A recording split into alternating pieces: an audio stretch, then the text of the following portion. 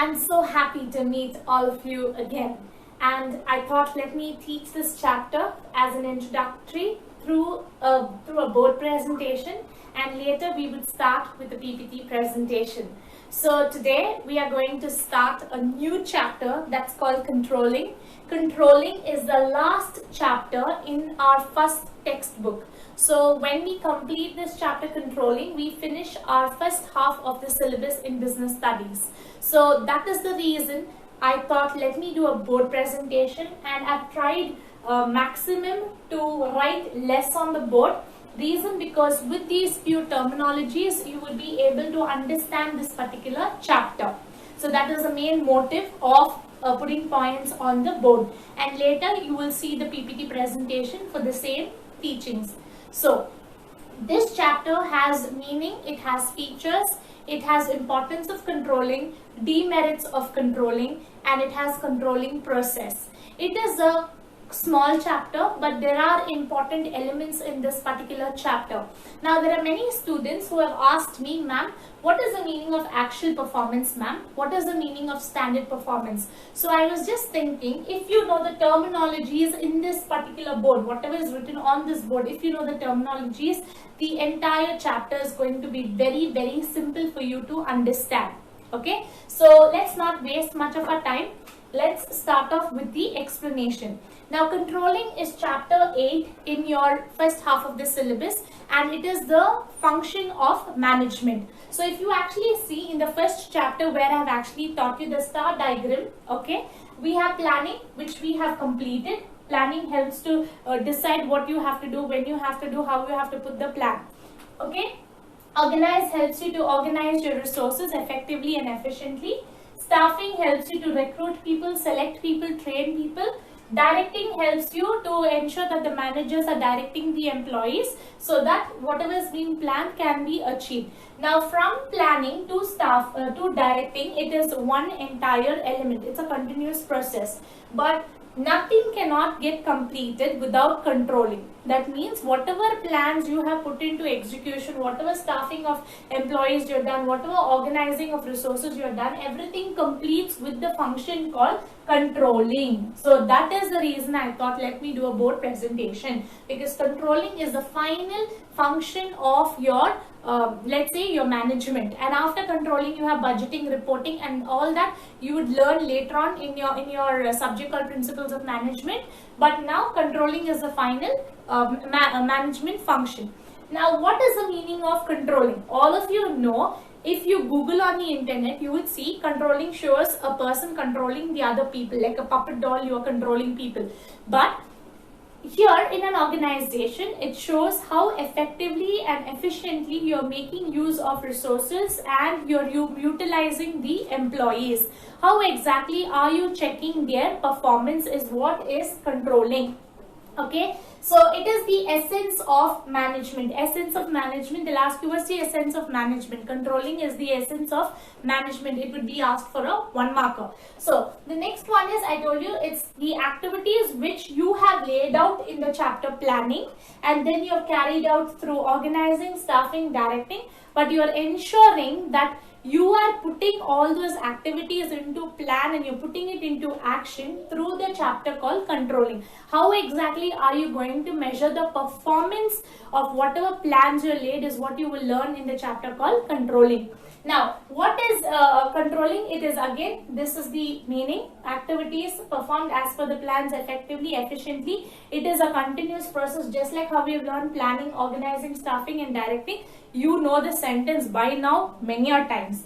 Now the third thing is, okay, in your meaning, in your definitions, these are the words, or in your entire chapter, these are the words which is very important. So please understand that. What is the meaning of actual performance? Actual performance refers to employees' performance. Okay, I'm trying to write big so that you can see. Employees' performance in the organization. Now standard performance is set by the organization. Okay, again I'll repeat, actual performance is called as AP. It is employees' performance, what they are able to perform. Okay, now what is standard performance? This standard performance is set by the organization. That's where I have an example for you here so that it's easy for you to understand what am I teaching you. Now, what is analyzing deviation? Now, we'll go to the example. Directly, we'll go into the example so that you can understand the entire chapter. Now, what is actual performance? Again, come back. Actual performance is employees' performance. Imagine all of you are working in Infosys, okay? And you're working in a process where you have to send emails to your clients. Okay, send means you need to type, send, solve problems of your clients through emails, not through calls. Now, in a day, the target set for you by the organization is 100 emails. Okay, what is the target set? Yes, 100 emails. So, this is called as standard performance. This standard performance is set by the organization. Okay, that is the standard performance. Again, I am saying standard performance is the target, okay, which is set by the organization. Now, the target set by the organization is 100 emails. Okay, this is what you employees should deliver every single day. Now, what is actual performance? All of you are employees. Imagine the scenario, all of you are employees. You have to send emails. You're walking into your company, you're getting into your department, you're opening your laptop or your computer, you start doing your work, you start doing your emails. Now, in a day, let's say Monday, okay, today is Monday, let's say tomorrow is Monday, whenever it's Monday, your standard performance every single day should be 100, which is set by the organization. For Monday, you are able to do only 70 emails. For Tuesday, you're doing 60 emails. For Wednesday, you're doing 90 emails. For Thursday, you're doing 100 emails. And Friday, you're doing 80 emails. This is what is called as actual performance. What is the actual performance? You're doing 70, 60, 90, 100, 80. This is your performance. It's not anybody else's performance. It's your performance. You are the employee in the organization. Okay? So, what is analyzing deviation? Deviation refers to variations. The variations are nothing but any changes which is happening. That means, okay, let's write here variation. Okay, that is AP minus SP or SP minus AP. Now, let's say 100 minus 70 is 30. Okay, circle 30. 100 minus 60 is 40. 100 minus 90 is 10. 100 minus 100 is 0. That means you're done very good here. Friday, 100 minus 80 is 20. This is your deviation. Okay. Deviation means variations. That means changes between the actual performance and the standard performance is what is called as variation. Who has to check this variation? The managers in the organization, in your team, managers, team leaders. Every week on week, every day, they will calculate what is the deviation and what is the variation. The other word for deviation is variation. The other word for variation means deviation. It means nothing but changes. What is the difference? Sorry, not changes. Let's say difference. Difference between AP and SP and difference between SP and AP. So deviation means what? It is difference. Okay, difference between both. That is AP and SP. Now, once the manager is analyzing what is the change, what is the difference between AP and SP. So he has understood that 30, 40, 100, 20. This is the difference. He would come to you. He would ask you. Let's say your name is, let's say, Rita. Rita, what is the problem? That Monday your performance, you are not able to achieve 100, you are only able to do 30. Tuesday, you'll say again. So the entire week, I'm actually seeing that you're not able to achieve the targets except Thursday. So since you are Rita, you would say, no, let's say your manager's name is Vinod. You will say, no, Vinod, I was not able to achieve the target because there were so many calls coming in on Monday and Tuesday. And on Wednesday, the calls rate was less. That means supplier calls were less. So I could concentrate on my work on Wednesday and Thursday. But again on Friday, there were 2 people who are absent in our team. So it ended up affecting my performance. So what is happening? Your manager or your team leader would check whatever you're telling, is it true or is it false? So depending on that, he would ensure that there is changes that is being taken. That is called as corrective action. Okay? That is called as corrective actions. Changes means what?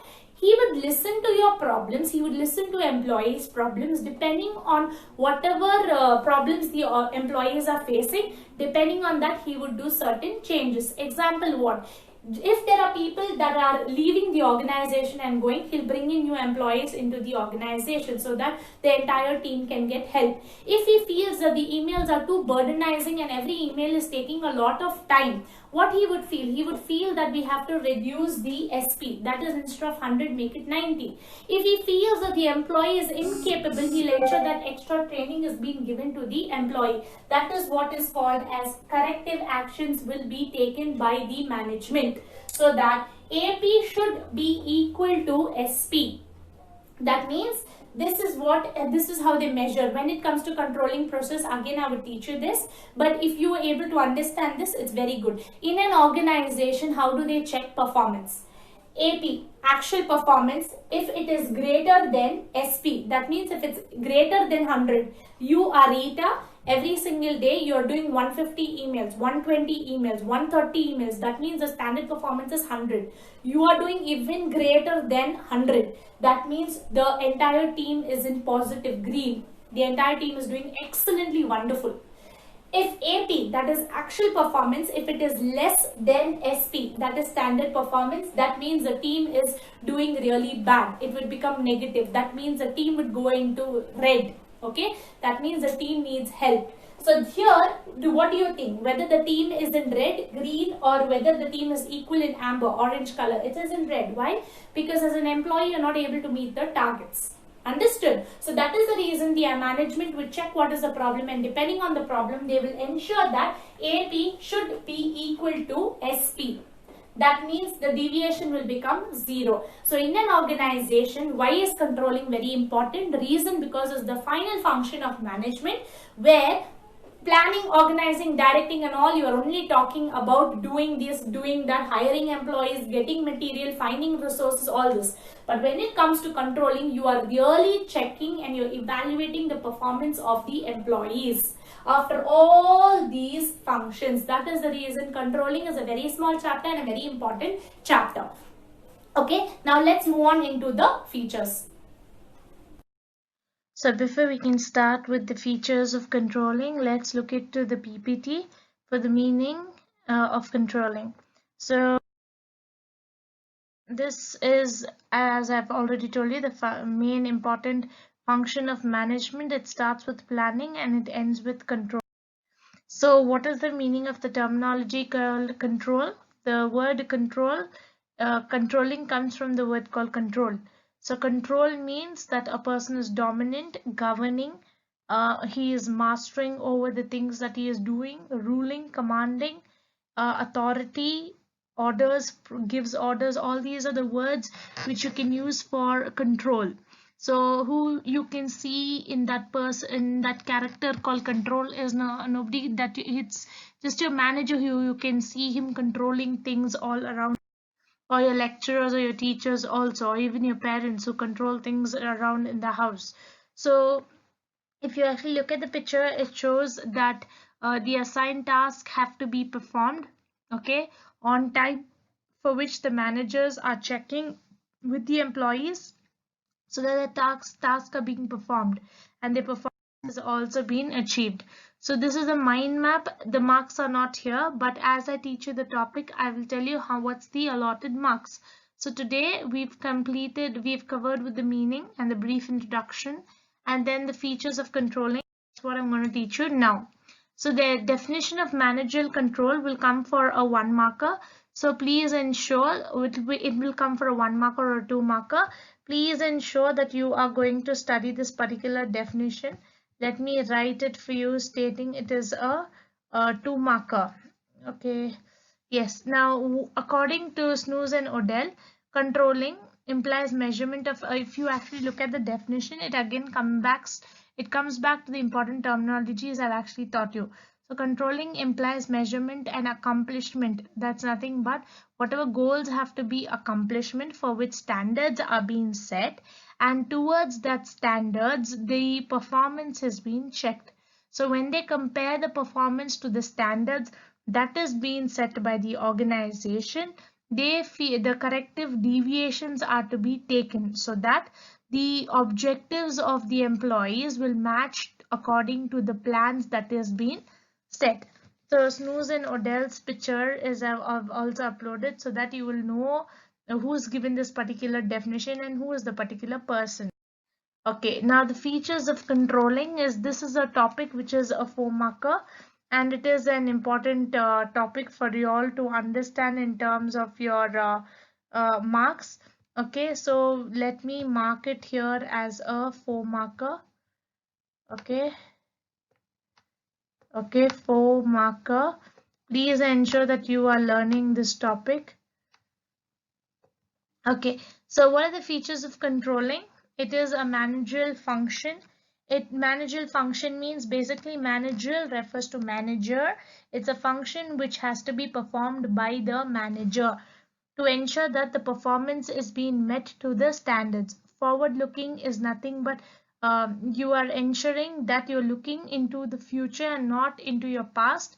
The past is going to stand strong as a very let's say it's going to set a standard for you. The past, looking at your past, you're going to build a strong future.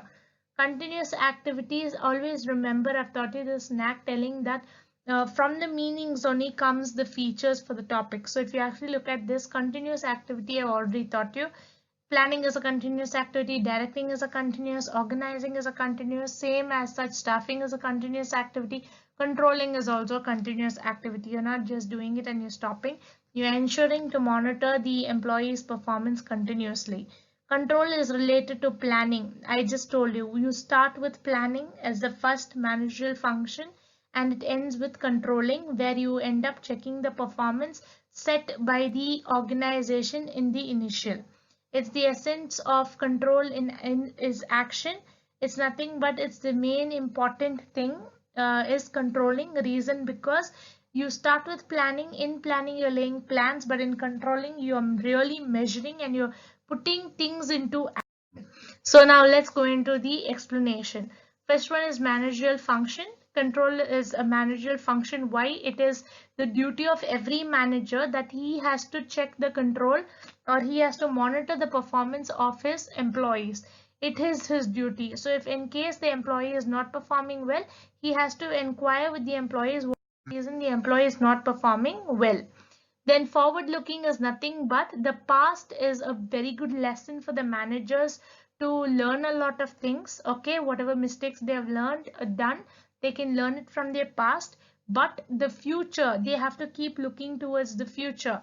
So look at the pictures as you are learning. They have to keep looking towards the future because the future is the one they will learn from their past mistakes and implement it in the future so that they can grow forward. So whatever actions, corrective actions, whatever changes has to be done towards the employees' performance, they would probably tell their employees.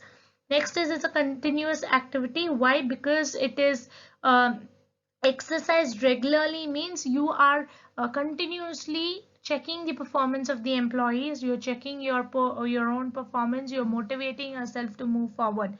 So it is not left in isolation. You're just not doing it 1 or 2 days and just leaving it. So what is happening? You're ensuring that the subordinates are performing their job as per the times and as per the plans which they have to continuously work on so that their targets are you're able to achieve your targets. Next one is control is related to planning. It's a very simple topic I feel because all these points I've already taught you on the board explanation if you can actually remember the words. So that's the reason I'm not explaining in the depth because there is nothing to explain. It is points that you already know and this is a very simple chapter as well. So that's the reason I'm ensuring that the important terminologies are underlined. So keeping the important terminologies, you'll be able to explain your answer. So control is related to planning. How is planning? I've already told you is the first function. It's the basic function where you are setting a plan, what to do, how to do, when, and it's a course of action that you are doing. But in controlling, you are ensuring that plan is being exercised and put into action so that your objectives are set, so that your goals are achieved. So it's the basic. So planning is the initial function, means controlling is the end function of management, where you act upon, see, act, plan, check, and you're able to put it into action. So the last one is, it's the essence of control is action. That means it'll come as a 1 marker. They'll ask you, dash is the essence of management. You need to understand controlling is the essence of management. Why? Without controlling, you cannot start functioning your business. So like example, let's say next year, how much profit you want to earn. You can only do that in planning, but you have to put that into action in controlling. Okay, so if the employees are having any problems in doing the job, or let's say you're not able to monitor the employees performance and all, you can only do that in controlling, because that's where in reality the employees will start doing their job. So what is happening, like example, let's say this year you want to write your exams. So let's say throughout the year we only continuously teaching, but you don't have a hands-on experience to writing any tests and exams. Directly, if you have to enter your final exams, would you get a distinction? No, it's pretty much difficult. Why? Because you've not given any proper planning, is not done, and there was nothing that was put into action. Directly was asked to jump into the well, so it's very difficult. So that's the reason controlling is the essence, and it's only successful if you're putting it into action. So whenever performance is not as per standards means which is set by the organization, okay, the manager will ensure to check and take corrective actions. Corrective actions means what? He needs to decide what needs to be done so that the actual performance of the employee will match towards the standard performance of the employee. So the entire chapter revolves only around 5 words. That is, let's say it's actual performance, it is standard performance, then it is corrective actions and deviations. So these are the only 4 words, and the fifth one is ensuring that AP is equal to SP, okay, or greater than SP. So these are the 5 terminologies that you need to understand, so that this chapter is going to be very easy for you. And I've tried my best to do a PPT as long as with a board presentation, so that it's going to be much simpler for you to understand the important terminologies as well. So let's conclude this topic, where we have to understand that there's a big difference between guiding and controlling. Who's guiding you? Definitely your manager needs to motivate, needs to guide you. And when it comes to controlling, he cannot be a let's say he cannot be a very authoritative person to keep controlling you and giving orders to you. He needs to understand that he needs to guide you, and then he needs to control you, not in a manner where you're going to get affected, but in a manner where you're able to understand what you are doing and what job you're doing is very important. So we'll conclude this topic. Any doubts you have, please feel free to get in touch with me. Probably send me messages, leave a text in the comment box, and please ensure that you're subscribing so that all the videos you would get it, and it's easy for you to learn as well. So thank you so much, and take care.